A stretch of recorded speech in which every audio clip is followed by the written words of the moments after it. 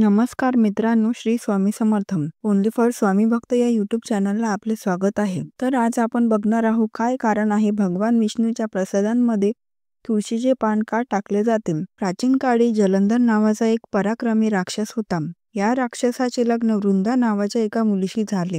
वृंदा भगवान विष्णूची भक्त होती. वृंदाच्या प्रतिवता धर्मांमुळे जलंधर अजेय झाला होता. या राक्षसाने एका युद्धांमध्ये महादेवालाही पराभूत केले होते. या गोष्टीचा जलंधराला खूप अहंकार आणि गर्व झाला होता.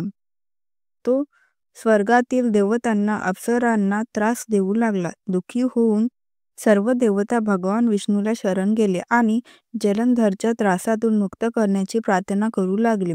भगवान विष्णू यांनी आपल्या मायाशक्तीने जलंधरचे रूप धारण केले. मायाशक्तीने त्यांनी वृंदाचा पतिव्रता धर्म नष्ट केला. यामुळे जलंधरची शक्ती क्षीण झाली. युद्धांमध्ये तो मृत्युमुखी पडला. जेव्हा वृंदाला भगवान विष्णूच्या छळ कपटाबद्दल समजले तेव्हा तिने विष्णूंना दगड होण्याचा शाप दिला. देवतांच्या प्रार्थनेनंतर वृंदाचे शाप परत घेतला, परंतु भगवान विष्णू वृंदासोबत केलेल्या छळ कपाटामुळे स्वतःला दोषी समजत होते. त्यांनी वृंदाच्या शापाचा मान ठेवण्यासाठी स्वतःचे एक रूप दगडांमध्ये प्रकट केले. या दगडातील रूपाला शाळीग्राम म्हटले जाते. भगवान विष्णूने वृंदाला सांगितले की पुढील जन्मात तू तुळशीच्या रूपात प्रकट होशील आणि लक्ष्मीपेक्षा मला जास्त प्रिय राहशील. तुझे स्थान माझ्या डोक्यावर असेल. मी तुझ्याशिवाय अन्न ग्रहण करणार नाही. याच कारणांमुळे भगवान विष्णूच्या प्रसादांमध्ये तुळशीचे पान अवश्य टाकले जाते. तुळस न टाकलेला प्रसाद भगवान विष्णू स्वीकार करत नाहीत. भगवान विष्णूला दिलेला शाप परत घेतल्यानंतर वृंदा जलंधर सोबत सती झाली.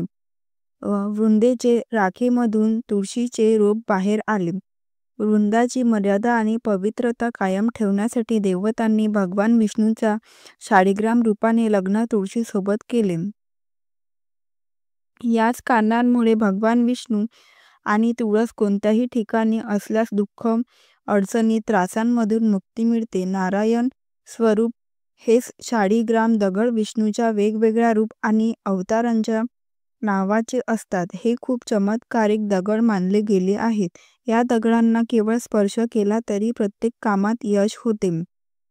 व्हिडिओ आवडला असल्यास व्हिडिओला लाईक, शेअर आणि सबस्क्राईब करा. धन्यवाद. श्री स्वामी समर्थ.